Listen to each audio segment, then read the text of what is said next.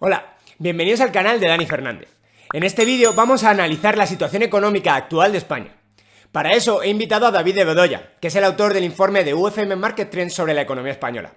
Vamos a ver cómo ha ido la economía española desde finales de 2019 y vamos a comparar su rendimiento con el de los países del entorno. Vais a ver que por desgracia no salimos demasiado bien parados. Vamos a ver también cómo afecta a España la tan temida inflación a nivel mundial.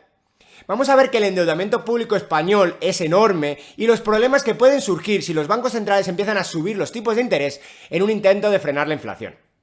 Vamos a analizar también el mercado de trabajo español y vamos a ver la paradoja que se está dando en este mercado en España.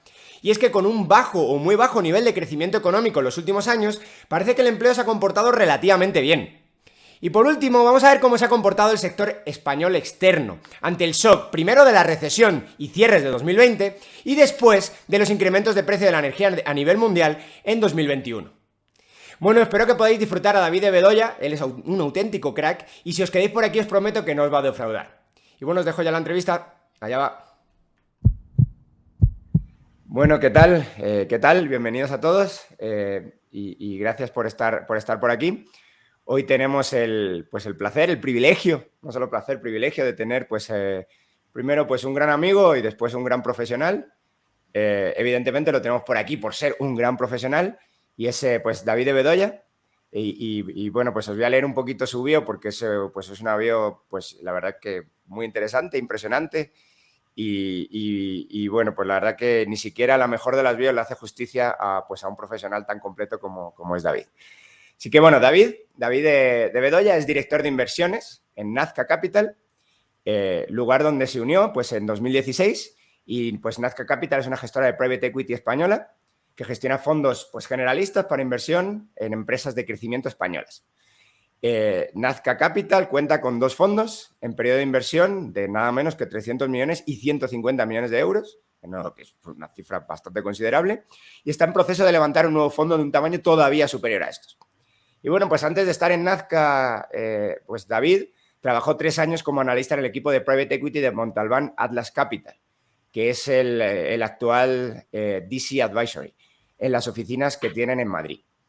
Y bueno, pues David se graduó en Derecho y Empresariales por la Universidad Pontificia de Comillas en 2014. Yo tuve la suerte de conocer, el privilegio de conocer a David, creo que cuando estabas justo recién, te acababas de terminar la carrera y estabas muy cercano por ahí al Juan de Mariana y pues te perdimos ahí. No es que te perdimos, te ganaron en el mundo del private equity y te perdimos en el mundo de la academia, pero bueno, ojalá te podamos recuperar pronto. Y bueno, pues lo que nos trae por aquí es el informe que acaba de realizar David, un informe genial sobre la situación macro española y que acabamos de publicar en UFM Market Trends. Conseguí convencer a David, eso sí, para que nos generara el informe de UFM Market Trends y la verdad que es una maravilla de informe a la altura del profesional que es David. Entonces, David, bienvenido, ¿qué tal estás? ¿Qué tal, Dani? Oye, la verdad que me ruborizas. Te agradezco lo primero a ti y a la Universidad Francisco Marroquín la oportunidad, como siempre. Para mí es un verdadero privilegio tomar el legado de un informe que antes veía como profesionales son los que admiro muchísimo hacíais y es una gran oportunidad y os lo agradezco de corazón y te cojo el guante y ojalá algún día esté pudiendo ayudarte en tus investigaciones y con tus alumnos, que nada me haría más feliz, la verdad. Oye, entrando en materia, la verdad que ha sido, llevamos un año colaborando con Market Trends y ha sido una verdadera maravilla. ¿Por qué? Porque estamos en un momento económico donde la lectura de la situación es tremendamente compleja, no tanto por si las cosas van bien o van mal, sino porque estamos en momentos de fuertes impactos endógenos a la economía por una situación sanitaria que todos estamos conviviendo, que además en un mundo globalizado y en mercados mundiales, afecta en determinados países de manera distinta, porque al final cada geografía está teniendo su grado de avance con la pandemia y, por tanto, sus restricciones económicas y su afección a los principales indicadores macroeconómicos y del mercado de crédito. Y eso hace que sea tremendamente divertido analizarlo, y tremendamente complejo extraer conclusiones de valor añadido que al final respondan a la pregunta que para mí es la crítica y es, oye, ¿qué está pasando con la economía y qué esperamos que pueda pasar a futuro? ¿Van a ir bien las cosas o me tengo que preocupar? Al final es una pregunta muy, muy sencillota, pero que la respuesta es siempre compleja y ahora además de compleja, apasionante con todo el cambio que estamos viviendo. Sí, decía el refrán este chino, te deseo tiempos interesantes, ¿verdad? Que es un arma de doble filo y estamos desde luego viviendo tiempos interesantes. Bueno, pues te hago, si quieres, ya entrando en materia, aunque ya has empezado a entrar en materia, ¿cómo catalogarías con toda esta dificultad que nos estás contando, así a grandes rasgos, la situación actual, febrero de 2022, la situación actual de la economía española? Y yo creo que la economía española está en lo que tradicionalmente se puede denominar fase de recuperación, ¿no? O sea, hemos vivido una serie de trimestres de recesión, ¿no? 3 trimestres consecutivos de recesión en el año 2020 y ahora estamos en fase de recuperación donde, oye, la posibilidad con los factores económicos que tenemos en la mano, la posibilidad de que haya una crisis no es muy alta, puede haber una que en el corto plazo, puede haber una crisis por factores endógenos económicos, pero la realidad es que las cosas en el corto plazo van bien, ¿no? Y yo me quedaría con al menos los siguientes grandes indicadores que en la contribución al Producto Interior Bruto español tienen un peso muy relevante, y es el consumo privado de las familias, que, oye, pues después de retraerse con mucha fuerza durante los meses del confinamiento y los meses posteriores, se ha ido recuperando, ¿no? El peso del sector exterior, que oye, pues con los mercados internacionales y con las fronteras cerradas, ¿no? Pues pasamos de tener 90 millones de turistas a tener este año, en el año 21, pues menos de la mitad de turistas totales que han entrado en nuestras fronteras a gastar. Y el peso del sector público, ¿no? Yo me quedaría que ha sido el que ha intentado, a través de medidas de inyección directa de gasto público, con primero todos los paquetes de los subsidios de empleo, los ERTES, que es como se conocen en España, que son expedientes de regulación temporal de empleo, como luego otras medidas de apoyo a la financiación, de impulso del mercado de crédito, ha tomado un gran protagonismo, ¿no? La combinación de estos factores nos sitúa a la economía española en fase de recuperación. Claro, cuando vas a ver los datos y entras en el detalle, pues lo que te encuentras es un Producto Interior Bruto que ha crecido comparado el cuarto trimestre del año 2021 contra el cuarto trimestre del año 2020, pues más de un 5%, es un 5,23%. Recordemos que viene de una caída muy fuerte, viene una caída que, bueno, pues ha sido revisada. En su día el Instituto Nacional de Estadística reportó un 10,8% de caída en el cuarto trimestre del 20, comparativo contra el cuarto trimestre del 2019.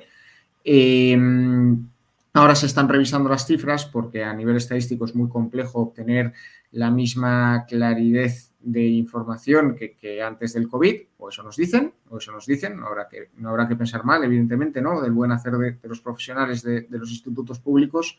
Y bueno, pues ahora en vez de un 10,8 cayó un 8,8. En cualquier caso, y sea como fuere, la realidad es que ni estamos creciendo tanto como caímos, ni nos ha permitido todavía recuperar, ¿no? O sea, y al final la foto, que es un poco el titular que hemos elegido también para el informe de este año, es fuerte recuperación, pero todavía estamos lejos del volumen de producción preexistente a la pandemia, ¿no? Y además, dentro de esa recuperación que estamos llevando a cabo todas las economías, pues cuando nos comparamos con otros países de nuestro entorno, vamos un poquito por detrás. Esa es la realidad. O sea, nos encontramos con que países como Alemania, Francia, Reino Unido, incluso Irlanda, que es un caso excepcional, ¿no? Que están muy por encima de donde estaban antes de entrar en la pandemia, ¿no? Pero bueno, Reino Unido, Alemania, Francia son países que ya han recuperado los niveles de producción previo. Es verdad que Alemania igual el último trimestre ha sido flojo por el tema de precios de la energía y demás, pero bueno, ya han recuperado el volumen de producción previo a la pandemia. España no. Y hay mucha gente que al principio, en análisis rápidos, cuando teníamos menos información, decía, no, pero es que España, el peso del sector turístico es muy importante, ¿no? Y por tanto, tienes que tener en cuenta que, bueno, pues que al final va a tardar más en recuperarse que estos países. Sí, eso es verdad, que es más importante el sector turístico que en Alemania o en Francia, pero cuando comparas, por ejemplo, con un país mediterráneo como Italia, también estamos por detrás, ¿no? Además de haber estado por detrás de estos países comparables, que el consumo privado de las familias tiene mucho que ver, oye, las familias todavía están consumiendo menos y hablaremos luego, tiene que ver con una caída de la renta disponible, un 2% en relación con los datos pre-COVID versus otros países que la renta disponible está creciendo versus pre-COVID.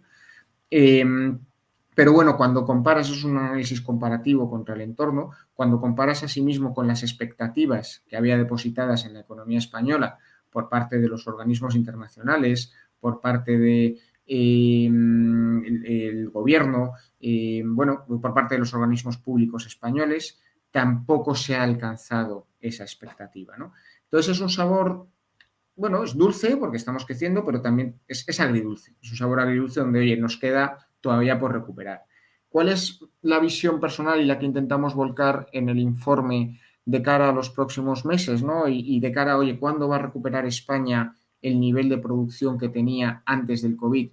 Bueno, pues un poco lo que apostamos en el informe es que en el año 2022 eso se va a alcanzar y posiblemente más pronto que tarde. Yo no sé si, vamos, yo creo que cuando hagamos el próximo informe en junio es más que probable que ya estemos por encima de los niveles de producción del 2019.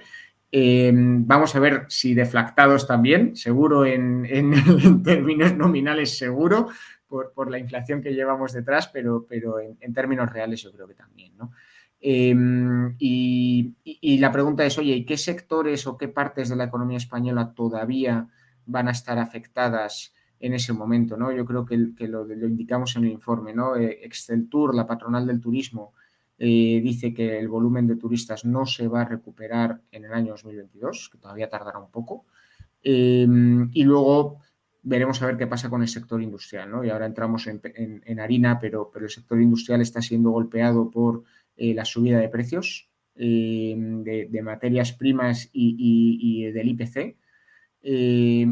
Bueno, pues deja dudas de evolución a futuro y habrá que ser pues, paciente y cauteloso y estar muy cerca de esos indicadores de precios, ¿no? Muy bien, pues justamente con precios te iba, mi siguiente pregunta iba relacionada con esto. Pues parece que la inflación es el tema económico estrella ahora mismo, casi no se habla de nada más, bueno, se hablan de más cosas, ¿no? De los efectos de la inflación, entre otras cosas, pero en la situación en la que estamos mundialmente parece que todo el mundo tiene bastante miedo de lo que está pasando con la inflación en el mundo, 7,5% en Estados Unidos, 6% el subyacente, que son datos que no se veían en 40 años. Entonces, parece que estamos asustándonos ya, de verdad. Pues bueno, tengo dos preguntas con esto, pero la primera es cómo impacta esto a España y cómo va a impactar en el 2022. Y la segunda es la subida de tipos, que ya se está anticipando que va a haber 6, 7 subidas de tipos por parte de la Fed en los próximos 12 meses. ¿Cómo va a seguirlo el Banco Central Europeo? ¿No? Y si lo sigue, ¿cómo va a impactar a España? Es muy interesante. Fíjate que hay una cosa que a mí me gusta mucho y te voy a robar unos segundos porque yo creo que vas a estar de acuerdo conmigo. Cuando se habla de la inflación en los medios de masas y incluso desde un punto de vista keynesiano, además estos días he estado leyendo a Akerlof sobre la crisis de 2009, lo recomiendo mucho leer es un buen autor y es muy didáctico. Siempre se refiere a la inflación de precios de consumo y siempre se refiere al IPC, ¿no? Yo creo que hay una bondad que tiene nuestro informe y que llevamos ya muchos años haciéndolo y es que el capítulo de inflación empieza por los agregados monetarios. Porque claro, sí, está la vieja discusión de hasta qué punto la expansión de los balances de los bancos centrales es inflación o no, o es un indicador directo de la inflación. Pero la realidad es que cuando tú miras nuestros informes de los últimos 5 años, pues, bueno, digo nuestros en plural estático, pero los informes de UFM de los últimos 5 años, no ha habido año que la tasa de crecimiento interanual del M3, del M1 y del M2 no fuera superior al 5%. No, pero es que el IPC estaba por debajo del 2 o del 1. Bueno, mire, pues es que hay primero hay una cosa que es la rotación del dinero, la velocidad de rotación del dinero, hasta que eso se traduce en inversión, oye, también había muchos sectores de la economía que estaban atravesando una crisis deflacionaria importante, como pues el sector inmobiliario, ya hablando en clave local española.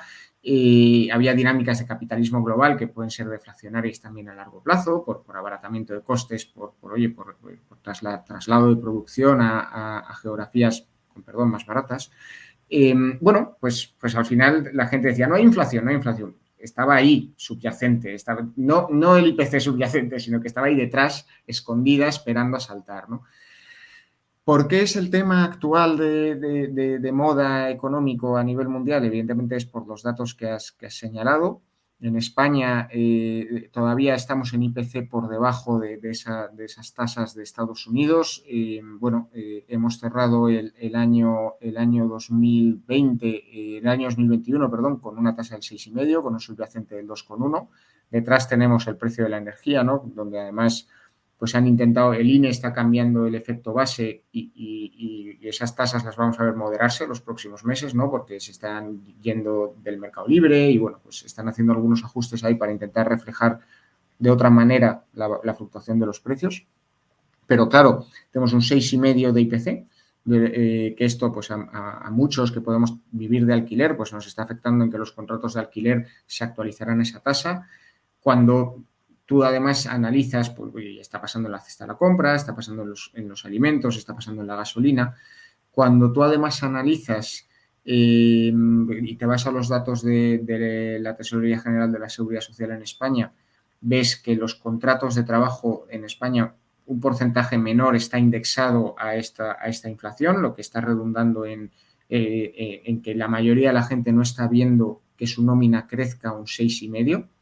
Eso significa que, oye, que vas a tener menos dinero en tu bolsillo para poder acometer esa subida de costes en términos reales.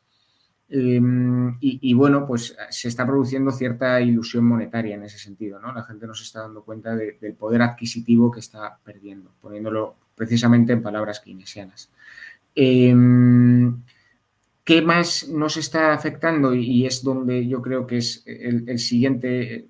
Lo que ha hecho, por un lado, que estas tasas de inflación crezcan tanto en el último año y medio y lo que puede hacer que perduren en el tiempo, ¿no? Y se me ocurren dos factores. Uno es mirar los índices de precios industriales. Aquí sabéis que es la cesta de la compra, por así decirlo, de las empresas que son manufactureras en el país, donde evidentemente pues, los precios de la energía son mayores que en las economías domésticas. Aquí lo que se está hablando es, para que veáis, que el índice de precios industriales cerró diciembre en un 35%. Son cifras enormes. Si miramos la tasa histórica, esto nunca se ha alcanzado. Es verdad que hay cierto efecto base. ¿Por qué? Porque entre enero y abril de 2020 se produjo la mayor caída del índice de precios industriales desde el año 75. ¿Vale? Desde que veníamos en aquel momento de la crisis del petróleo del 73, también hubo mucha subida, luego mucha caída. O sea, aquí ha habido mucha caída por el COVID, efecto rebote, pero cuando te vas al subyacente, ahí, si os acordáis, hacemos memoria, de hecho, por apuntalar un poco más, fue cuando hubo aquella situación extraña con los barriles de petróleo, que se fueron casi a precios negativos. Bueno, pues esto afectó mucho. Cuando te vas al subyacente, el IPRI sin energía, por así decirlo, que no es propiamente subyacente, el IPRI sin energía sí que es verdad que el año pasado estuvo más cerca del 0% y ahora está subiendo y está cercano al 10%. Claro, esto al final las empresas lo ven transformarse potencialmente en un menor margen, ¿no? O sea, si aquí no pueden, si no lo reflejan en precios de venta y no lo pueden reflejar en nóminas de sus empleados, porque esto sí que es algo que sabemos de la economía conductual y conocemos también de la regulación laboral, ¿no? Aunque no hubiera esa regulación laboral, lo sabemos por la economía conductual, no son de buen agrado para nadie, para nosotros dos los primeros, los recortes salariales, con lo cual si las compañías manufactureras no pueden aplicar recortes salariales, y esperemos que no lo hagan, y por otro lado no pueden negociar con sus proveedores una bajada de precios de los insumos, pues puede que lo acaben reflejando en la cesta de la compra, ¿no? Eso creo que está detrás de que haya empezado a arrancar fuerte el IPC. Si a eso le sumamos ciertos problemas en la maquinaria del capitalismo global, como han podido ser todos los retrasos en los suministros que son marítimos, ¿no? Con todos los problemas que han tenido las navieras, con los buques, todos los problemas sobre todo en overseas, que llaman los americanos, pues en el sudeste asiático y en China, para la producción de semiconductores, microchips de Taiwán, etcétera, etcétera, que han afectado a industrias que contribuyen con mucho peso al PIB mundial, como puede ser la industria automovilística. Pues si hoy te quieres comprar un coche en cualquier país europeo o en cualquier economía occidental, tienes muchos, y es de primera mano, te vas a tener que enfrentar a muchos meses de espera. Entonces, claro, si quieres el último bien y lo quieres pronto, vas a tener que pagar una prima de precio por ella, ¿no? Recapitulando, problemas en la maquinaria del capitalismo global con tiempos de espera, reducción de oferta, al final es una cosa de reducción de oferta, y al final, pues la traslación de esa bolsa de dinero que habían impreso los bancos centrales durante los últimos 10 años. Hay también otros dos factores que no he mencionado y que creo que son relevantes. Uno es un efecto de demanda, que es un poco a lo que se agarraron los bancos centrales y el Fondo Monetario Internacional a principio del año 21 y que, en cierto modo, nosotros también en nuestro informe recogíamos en aquel momento, ¿no? Decíamos, oye, hay voces que están diciendo que la inflación puede ser transitoria, que los bancos centrales no deben subir los tipos de interés. Había un informe del Fondo Monetario Internacional, su informe anual del año 2020, que publica en marzo o abril del 21, donde pide a la banca central que por favor no suba los tipos de interés, que la inflación va a ser transitoria, porque el análisis que se hacía en aquel momento, ¿no?, es que, oye, ¿cómo no van a subir los precios si la demanda ha estado adormecida durante muchos meses en el año 2020 y ahora ha ido todos los consumidores a comprar en masa? Repunte de demanda, problemas en la oferta, oye, esto en un modelo ISLM, las curvas se han chocado más arriba. Bueno, parece que nosotros ya advertíamos en aquel momento, tengamos cuidado con esas advertencias en la banca central y parece ser que el monstruo de la inflación efectivamente se ha despertado. Ante eso, la banca central lo que primero ha reaccionado titubeando, ¿no? Y ha pasado muchos meses, desde septiembre, octubre, que ya estaban los precios de las materias primas muy altos y el barril de Brent acercándose a donde está ahora, a los $90, buscando la reacción a realizar, ¿no? Oye, pues, ¿qué voy a hacer? ¿Voy a subir tipos? ¿No voy a subir tipos? Voy a hacer operaciones en el mercado abierto, las voy a dejar de hacer. Bueno, vamos a ver qué medidas puede hacer la banca central para atacar este problema. Hasta enero no ha hecho nada, solo ha sido anuncios, ha intentado jugar en el terreno de las expectativas. A partir de diciembre esos anuncios, esos rumores empiezan a crecer, empieza a tener su traslación a los mercados financieros con bajadas de la bolsa relevantes, que son conjunciones de muchos factores, ¿no? El tema de la ola Omicron, que fue un jarro de agua fría para los inversores, peores resultados de las compañías de lo esperado, parte por la inflación y miedo de subida de tipos, además de el tema de Ucrania en Europa, ¿no?, que también afectó un poco los mercados, ¿no? La bolsa empieza a bajar y ya es a finales de enero cuando Jerome Powell y cuando ya se ve con claridad que en marzo se van a subir los tipos, ¿no? Los bancos de inversión y los analistas bursátiles que tienen problemas de incentivos claros, porque al final un banco pues se puede beneficiar de que suban los tipos de interés porque su margen de interés sube, porque luego no trasladan esa subida a los depositantes de manera inmediata. Ellos sí la trasladan a los préstamos de manera inmediata, pero a los depositantes no de manera tan inmediata. Pues los bancos están anunciando que las subidas de tipos van a ser 5, 6 o 7, al menos durante los 4 próximos trimestres en la Reserva Federal y otros 2 más, lo cual nos situaría casi en el 2% de tipos de interés, dicen algunos. Bueno, puede ser una filtración interesada a algún banco para reforzar su capitalización, puede ser verdad. Yo lo que no tengo claro es que si lo que ha hecho explotar en este momento concreto la inflación es una conjunción de oferta, fundamentalmente problemas de oferta que no se ha adaptado y despegue de demanda, yo no tengo claro que con los tipos de interés solo vaya a bastar. Los tipos de interés posiblemente lo que vayan a hacer, que se suban los tipos de interés es que se normalicen los balances de los bancos centrales y que si hay una burbuja crediticia o si ha habido una burbuja crediticia, bueno, pues se empieza a enmendar y que la traslación total de inflación que quede por aflorar sea menor. Pero el capitalismo global tiene que sanarse todavía de las restricciones pandémicas, de los problemas de suministro en algunos componentes y posiblemente los tipos de interés no vayan a ser suficientes para atacar esta inflación. Y más si se producen situaciones de tensión en focos de producción o con países productores de energía, ¿no? Como puede ser Rusia. Entonces, bueno, ¿cómo va a afectar esto a España? Yo creo que en España vamos a tener altas tasas de inflación seguro durante los próximos 6 meses. ¿Por qué? Bueno, pues primero porque los datos avanzados que ha habido de enero dicen que la tendencia continúa. Segundo, por un efecto base. Hoy al final te comparas contra el mismo mes del año pasado y la factura de la luz no baja, la gasolina no baja. Tercero, porque además ha habido cierta traslación de esta inflación a los salarios, no íntegra, pero sí cierta traslación y a otros gastos.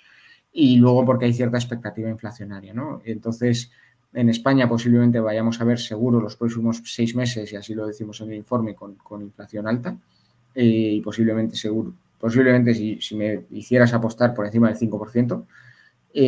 La total, la subyacente, pues a lo mejor está en torno al 2, no lo sé, pero la total por encima del 5%. A partir de junio no es fácil decir porque pierdes el efecto base, que es la apuesta segura prácticamente, ¿no? No es fácil decir que si sigue subiendo a partir de junio es lo que se conoce como ciclo inflacionario, es, oye, aquí lo que estamos diciendo es, en las facturas han dado un escaloncito y si se quedan ahí, pues como sigues comparando contra el escaloncito de abajo, hay un crecimiento del 5%. El ciclo inflacionario es cuando doy un escalón, otro, etcétera, etcétera, ¿no? Que es cuando la tasa se mantiene en el tiempo. Entonces, a partir de ahí, yo creo que posiblemente con medidas muy fuertes de demanda desde el sector público, impulso del sector del mercado de crédito que se ha hecho fuerte en los últimos meses, con avales públicos, crecimiento de balance de los bancos privados, crecimiento de balance en los años previos de la banca central, es posible que la inflación se perpetúe. Dices, oye, ¿y cómo es eso posible en un entorno de tipos crecientes? Bueno, pues igual que era posible el IPC al consumo en un entorno de tipos decrecientes, la rotación del dinero puede ir a otra velocidad distinta a la velocidad a la que suben o bajan los tipos de interés. Por un lado, hay mucha masa monetaria que puede desembolsarse y traducirse a efecto de crédito al consumo y puede pasar. Dices, oye, ¿y qué pasa con la economía española si los tipos de interés suben? Bueno, pues eso habrá que ver, ¿no? O sea, lo que hemos visto en los últimos meses señales contradictorias en el mercado inmobiliario en España, por ejemplo, es un mercado que es importante en el PIB. De hecho, en nuestro informe de junio decíamos, oye, qué buenas noticias está viendo en el mercado inmobiliario, la construcción está tirando el PIB. Ahora hemos recogido cable, hemos dicho, oye, era una falsa señal positiva, los visados de obra nueva no empujan tanto, la compraventa de vivienda nueva no está tirando, es verdad que el mercado de segunda mano está bollante, pero lo que está bollante sobre todo son los precios de la vivienda, que ahí es verdad que habían caído mucho en la crisis, se han recuperado parcialmente, pero tiran al alza, ¿no? Y dices, claro, en una situación de tipos de interés que van creciendo, pues en las inversiones a largo plazo tiene un efecto negativo, ¿no? Al final, sobre todo en la bolsa, lo vamos a ver. España no es un país que ahorre en bolsa, con lo cual, bueno, pues a lo mejor no nos impacta tanto a las familias, pero a los que tengamos capital invertido en bolsa sí nos está impactando. Y en las inversiones a largo plazo, pues de los empresarios, de los fondos de inversión, pues un entorno de tipos que crecen, donde tú has pedido prestado dinero o has invertido en un entorno de tipos más bajos y tienes que devolverlo en un entorno de tipos más altos, te perjudica tu inversión, ¿no? Con lo cual, potencialmente puede suponer un drenaje de inversión. ¿Qué ocurre? Que luego tenemos la casuística de España. Y la casuística de España y en el contexto de la Unión Europea es una casuística donde las autoridades públicas están empeñadas en llevar a cabo una gran transformación económica de la mano de fuerte capital, de nueva inyección crediticia en sector energético y en otros sectores, ¿no? Dices, oye, pues si hay que seguir movilizando grandes cantidades de capital para electrificar ciudades, para irnos a un modelo de economía sostenible energéticamente hablando. Y eso lo va a financiar el gobierno o el Banco Central Europeo a través de inversores relacionados con el Banco Central Europeo, pues es que a lo mejor tampoco se ve la inversión retraída porque esos sectores empujan lo que otros sectores no empujen. Entonces es complicado, porque eso también tiene efectos deflacionarios precisamente en los costes de energía. Es muy complicado, pero mi visión es que para todo lo que tiene que ver con consumo nos enfrentamos a meses de altas subidas de precios. Nos enfrentamos con un entorno inversor incierto en muchos sectores que no dependan de ese empuje de capital y de liquidez que venga del gobierno. Y a ver qué hace el Banco Central, que era el Banco Central Europeo. El Banco Central Europeo siempre ha sido acomodaticio, siempre, o al menos desde el año 2012, siempre ha sido acomodaticio con la Reserva Federal Americana, y yo creo que aquí también lo será. Atendiendo a las necesidades del mercado europeo, un mercado más envejecido, menos dinámico que el americano, posiblemente no sea, pues si en Estados Unidos suben los tipos en marzo, yo no conozco al Banco Central Europeo, pero yo creo que esperará un poco más para subirlos, pero acabará siguiendo la estela. Muy bien. El siguiente tema que quería preguntarte está de alguna manera muy vinculado a este de la inflación, que es el tema o de alguna manera, vamos a ver cómo lo vinculamos, del endeudamiento público. Y cómo algunos autores que se están poniendo de moda sus teorías, como la teoría fiscal del precio de la moneda, están diciendo, mirad, subid los tipos de interés ahora, para lo único que va a servir es para quebrar a los estados. Y si quiebras a los estados, tarde o temprano esto va a tener, por un impacto balance, va a tener un impacto en la moneda que emiten esos estados. Por lo tanto, si quieres subir los tipos de interés y lo vas a hacer de forma muy agresiva, lo único que vas a generar a medio y largo plazo es todavía más inflación. Entonces, ahora ya te hago la pregunta, perdón. Entonces, la pregunta es doble, ¿cómo ves el endeudamiento público? ¿Cómo ves el endeudamiento público ante la posible subida de tipos de la que nos estás hablando? ¿Y cómo ves esta teoría del precio fiscal de la moneda en general? Y si crees que puede generar más inflación, o al revés, tenemos que subir los tipos de interés porque si no, la inflación no va a parar.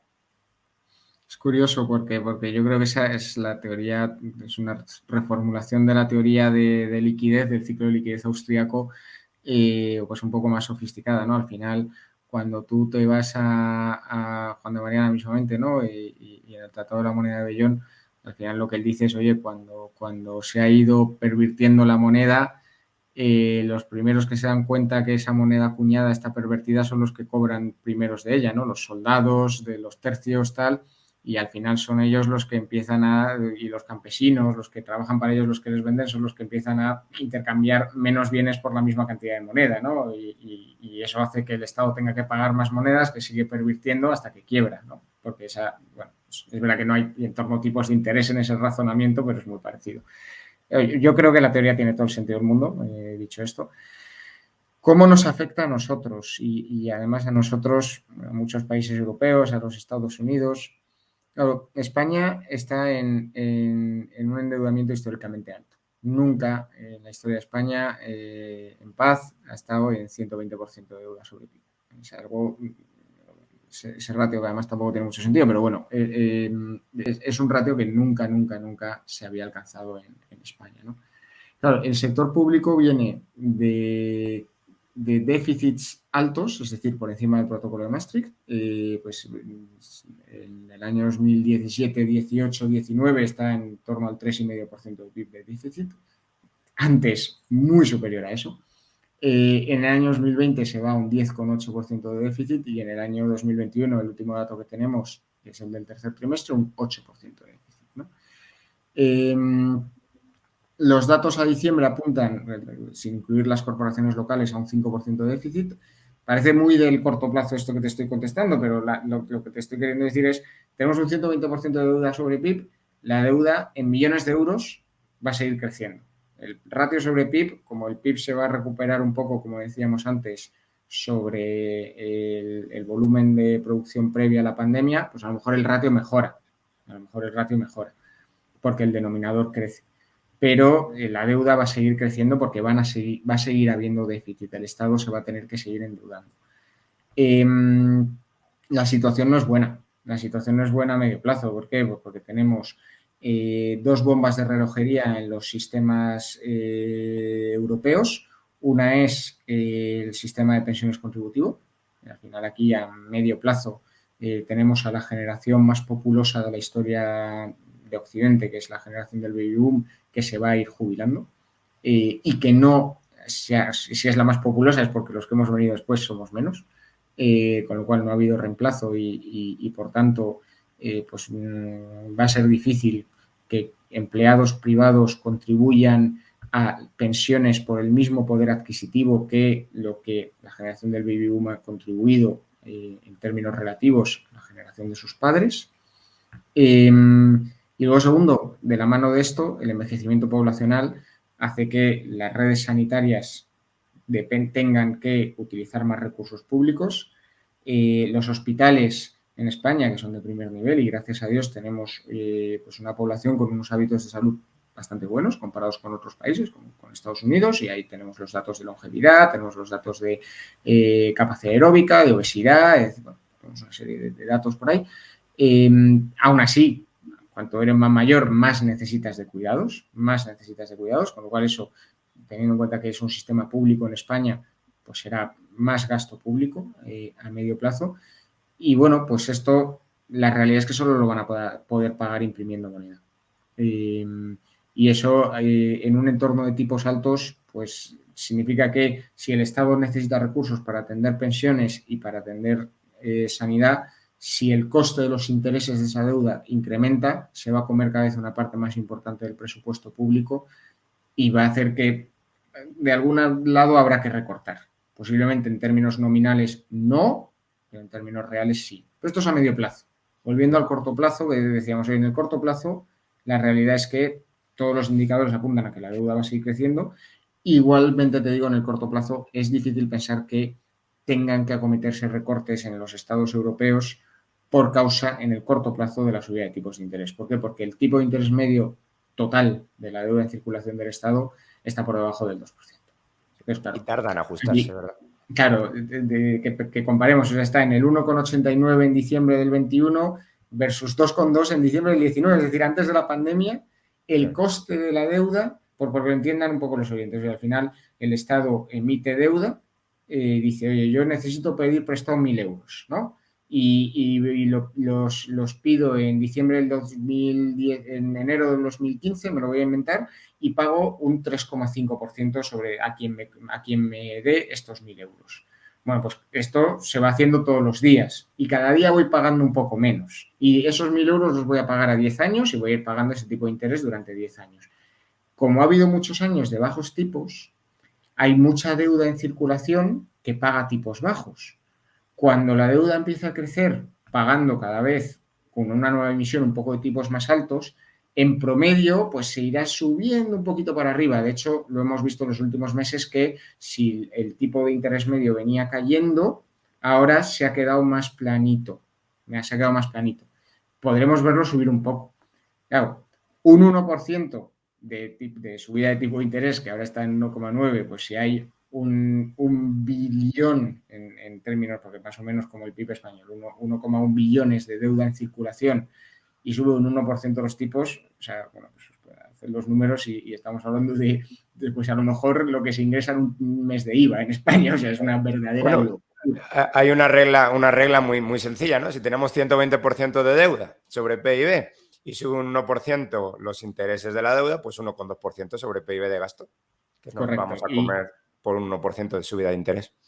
Y si tenemos en cuenta además que el sector público en España aproximadamente está en torno al 50% del PIB, pues supone que sobre eso es crecer un 2%. Porque al final, claro.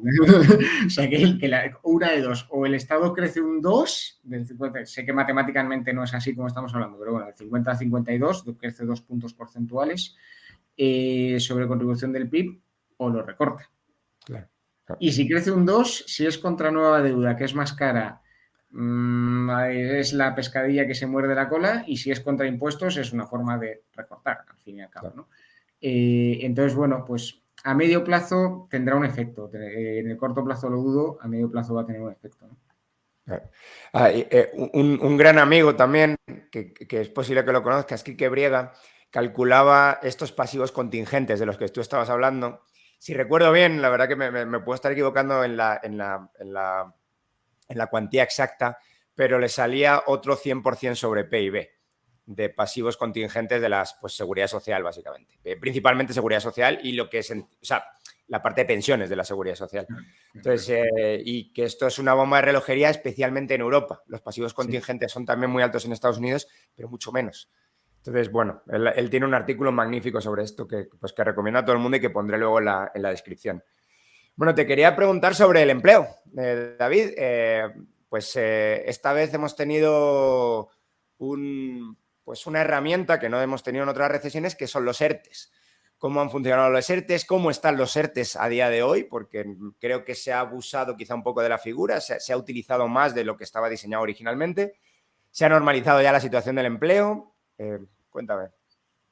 Pues mira, la verdad es que en ERTES, bueno, o sea, el empleo la verdad es que ha sorprendido a todo el mundo positivamente. Esa es la realidad. Ahora mismo tenemos ocupados totales 20.185.000 personas, según la EPA del cuarto trimestre de 2021, que compara con 19.967.000 personas en el cuarto trimestre del 19. Es decir, hay más ocupados en la economía española de los que había en el año 2019. Y además cuando dices, no, pues es que todos funcionarios, bueno, sí, hay más funcionarios o más empleados públicos, si se quiere, aunque no sean, tengan el régimen jurídico del funcionario, que entonces, concretamente 200.000 más, pero la realidad es que el sector privado solo hay 4.000 ocupados menos en el sector privado de lo que había en 2019, ¿no? O sea que no es todo por el empleo público, sino que el empleo privado se ha recuperado, o los ocupados privados se han recuperado. Es verdad que en el año 2020 y en gran parte del año 2021 ha habido mucho uso de los ERTES, mucho uso de los ERTES. Ahora mismo no tengo la cifra a mano, pero ya queda, la podemos buscar en la EPA, la voy a ir buscando en paralelo, pero queda poca gente en ERTE en España en este momento. Pero es verdad que sí que ha habido mucho uso de los ERTES, especialmente en algunos sectores, ¿no? Como puede ser el sector de la restauración, puede ser el sector del turismo, puede ser el sector del transporte de pasajeros. Bueno, pues ha habido muchos sectores que se han acogido a los ERTES. La realidad es que eso ya se ha ido absorbiendo, lo que ha mejorado indudablemente la nómina del Ministerio de la Seguridad Social, ha mejorado fuertemente la Seguridad Social, pero todavía queda algo por recuperarse, que es, para los economistas es algo fácil de entender, pero para el público en general es contraintuitivo, y es la productividad. Y aquí no quiero entrar al debate que ahora esta semana justo ha estado muy de moda sobre el SMI y la productividad, ¿no? Eso es otro debate. Sino que, oye, al final la pregunta es, y hablábamos al principio, ¿no? ¿Cómo puede ser que el PIB esté por debajo de lo que estaba en el año 2019 y el empleo esté por encima? Es decir, ¿cómo puede ser que empleando la economía española más trabajadores que lo que empleaba en 2019 produzca menos? No, puede haber un efecto temporal, es decir, oye, la EPA mide el trabajo el 31 de diciembre y el PIB pues, 12 meses, ¿vale? Ok, pero no, lo que hay es un efecto de horas trabajadas, por un lado, y por otro lado, y que, oye, pues se ha trabajado menos horas por persona de lo que se trabajaba en el año 2019, pero por otro lado hay un efecto de peor productividad. Y aquí entramos en un debate muy interesante, muy sede local, muy sede española, y es qué está pasando con la productividad.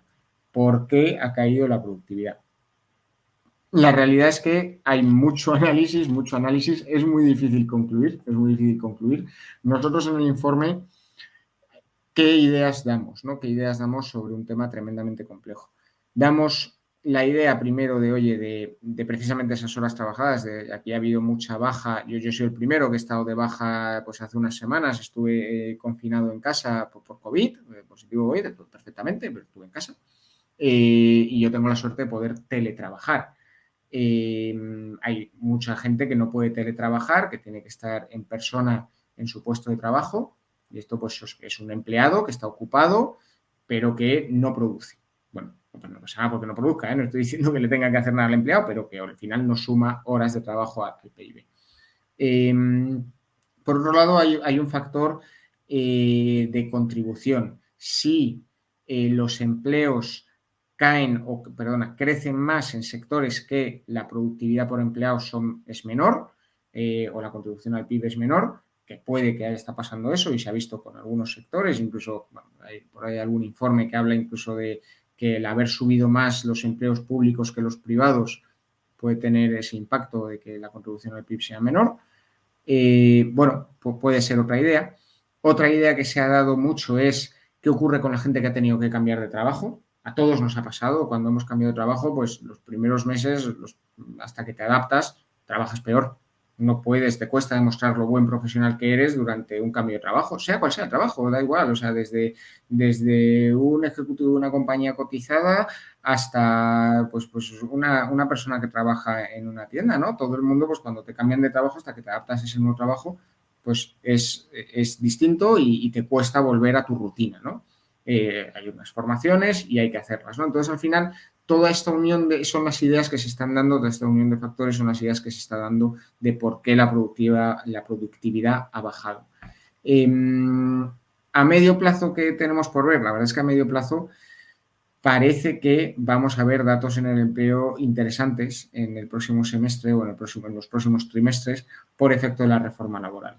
¿Interesantes en qué sentido? Oye, pues con el efecto de la reforma laboral en España, que son pocos cambios, pero hay un cambio en contratación que es importante y es que se va a poner de preeminencia el contrato indefinido sobre el contrato eventual en muchos factores donde antes era preeminente el eventual, ¿no? Desaparece prácticamente el contrato de obra o servicio, entonces va a haber, cuando se vean las estadísticas, que es una forma de maquillaje estadístico, pero bueno, cuando se vean las estadísticas se va a ver más empleo indefinido y menos temporal, y entonces va a bajar la temporalidad española, ¿no? Hay algún economista afín al gobierno actual que dice que, oye, que por la temporalidad la productividad cae. Que puede tener un punto, ¿eh? Decir, oye, yo si tengo un trabajo más inestable, más precario, trabajo peor. Puede tener un punto y no lo niego. Pero la realidad es que si te cambian un contrato donde, por ejemplo, imaginaos un contrato de peonadas en la agricultura, donde te contratan por cosechas, por ejemplo. Bueno, pues lo que va a pasar es que en vez de tener un contrato en los meses de cosecha, pues imaginemos en primavera, me lo invento, lo que vas a para algunos frutos que se cojan en primavera, lo que vas a tener es que tendrás un trabajo indefinido durante todo el año, pero de lo que se llama fijo discontinuo. Te darán de baja de la seguridad social cuando no tengas trabajo y estarás en tu casa y te darán de alta cuando sí, con lo cual sí, tú tienes un contrato de trabajo, pero en el fondo hay muchos meses al año que no trabajas, ¿no? Entonces, bueno, no creo que esa sea la forma de atajar la productividad. Otros dicen, oye, pues pasarán unos meses y se recuperará. Habrá que ver. Cuando además tengas inflación detrás y esa inflación no se traslade a salarios, bueno, vamos a ver qué pasa con la productividad a medio plazo. Es interesante. Yo no tengo una idea firme de qué ha pasado. Creo que es una mezcla de muchas cosas, como hemos puesto en el informe, pero es lo más interesante para mí el empleo. Pero bueno, volviendo al principio, lo importante es que, de cara a las economías familiares y demás, que el volumen total de empleados, de ocupados, está por encima de 2019 y que la tasa de paro está en su nivel más bajo desde la crisis económica de 2008, ¿no? Yo creo que eso son buenas noticias, pues, aunque detrás esté la productividad cayendo o la inflación o otros factores, pero yo creo que en general son buenas noticias. Así lo hemos reflejado en el informe y también es una de las razones que nos hace decir que España está en recuperación económica. Muy bien, gracias, David. Quería pasar ahora perdón, a la salud del sector financiero español. ¿Cómo sale de los problemas de 2020-21 versus cómo salió de los problemas de 2008-2009? O bueno, si quieres ver, porque claro, en Europa tuvimos, y en España también, ¿no? La recaída 2012, no sé si quieres ver un periodo un poquito más amplio. Y creo, y bueno, pues evidentemente leyendo tu informe así me he enterado, que la reacción ante la recesión ha sido muy diferente en esta ocasión que en la anterior. Entonces, cuéntanos cómo estamos, dónde está sentado, está sobre bases sólidas el sector financiero español y cómo reaccionó a la crisis o a la recesión versus en la anterior. El sector financiero español básicamente ha vivido, pasado en el europeo también, una gran transformación de sus balances, incluso de la foto del sector. Yo creo que todos hemos visto en algún momento el gráfico de cuántos bancos y cajas de ahorros existían en el año 2007 y cajas de ahorros no existiría ninguna y bancos, existe alguna fundación, como sea Fundación CaixaBank, y bancos existen grandes, pocos ya. Y entonces ha habido grandes uniones de bancos, muy pocos han quebrado, la realidad, bueno, porque ya sabemos los bancos la habilidad que tienen para sortear las quiebras y cómo las sortean, pero bueno, han sido absorbidos unos por otros, ¿no? Claro, en aquel momento los bancos precisamente tuvieron que limpiar a fuerza de decretos normativos, estoy pensando en los decretos de provisiones de guindos del año 2012 o incluso algún intento anterior en el año 2009-2010, tuvieron que limpiar balance, tuvieron que reconocer las pérdidas que tenían en cartera. También los bancos, para que lo entiendan también los espectadores, pues su negocio es el futuro. Ellos al final dicen, oye, yo tengo aquí este préstamo que le he dado a David y David me lo va a pagar. Y es un préstamo a 5 años y como me lo va a pagar tiene un valor, tiene el valor que yo le he prestado más sus intereses. Claro, que son los intereses se los van reconociendo según los voy pagando, ¿no? Claro, cuando de repente David se ha quedado en el paro y el banco todavía no lo reconoce en su balance, pues el banco puede usar ese activo que tiene para seguir creciendo o al menos para no reducir su balance. En ese momento, cuando llega la crisis económica, bueno, pues arrastraron los pies al reconocerse las pérdidas, lo que les permitió darles unos años de vida extra, ¿no? Y luego tener que hacer un ajuste mayor, que fue lo que tuvieron que pasar. Primer ajuste, primera etapa de ajuste, todas las fusiones frías y los primeros ajustes entre los años 2009, 2010, 2011. Segunda etapa de ajuste más fuerte, 2012, 13, con todo lo de Bankia, el Banco Malo, la venta de activos inmobiliarios, la venta de carteras non-performing, ¿no? De préstamos que estaban en mora o bueno, que directamente nadie pagaba, etcétera, etcétera, ¿no? Claro, eso supuso una fuerte reducción del crédito. Yo creo que tenemos por ahí pues las tasas de variación interanual de la financiación a empresas no financieras, ¿no? Pues lo que los bancos prestaban a la economía real, ¿no? Que lo tenemos en el informe, como el total crédito financiado cae entre el año 2009 y el año 2016. Todos los años, todos los meses, mes a mes, se estaba financiando menos desde la banca a la economía real, si se quiere. Cuando haces la lupa y dices, oye, ¿y a las familias qué? Porque claro, es que las empresas, ahí están las constructoras que pesaban mucho, entonces tal. ¿Qué pasa con las familias? Bueno, lo mismo. O sea, las familias un poquito después, precisamente por ese efecto de que los bancos tardaron en reconocer muchas cosas, pero a partir del año 2010 y hasta el año 2018, todos los años había menos financiación total a los hogares. Parte es porque había menos hipotecas, evidentemente, pero también, y lo único que crecía en aquellos años fue el crédito al consumo. Eso ha permitido que, sobre el papel y dando por buenas las estimaciones de valoración de los créditos que hay actualmente en los balances de los bancos, que es verdad que están más vigilados y más supervisados que entonces, que bueno, que es el lobo vigilando las gallinas, pero bueno, están más vigilados que entonces. Sobre el papel, los balances de los bancos son más sanos hoy en día. Tienen menos crédito relativo en circulación y tienen una situación, oye, pues han podido, la reacción que ha sido la que hemos visto, han podido prestar en el momento clave de la pandemia grandes cantidades de financiación al sector privado. Tiene truco y el truco es avales públicos. Prácticamente en toda Europa, pero especialmente en España, ¿no? En España ha sido el Instituto de Crédito Oficial, el ICO, el que ha dicho a los bancos, presten ustedes que si se dan determinadas circunstancias, yo se lo voy a avalar. Y si esa empresa no paga, no se preocupe que yo le cubriré una parte del impago, ¿no? Una parte muy importante. Y además, en los ratios que yo le he impuesto que usted tiene que cumplir, que lo habrán oído los oyentes, lo de Basilea III, que fue pues hace muchos años cuando se aprobó, los ratios de capital, los tier 1, tier 2, tal.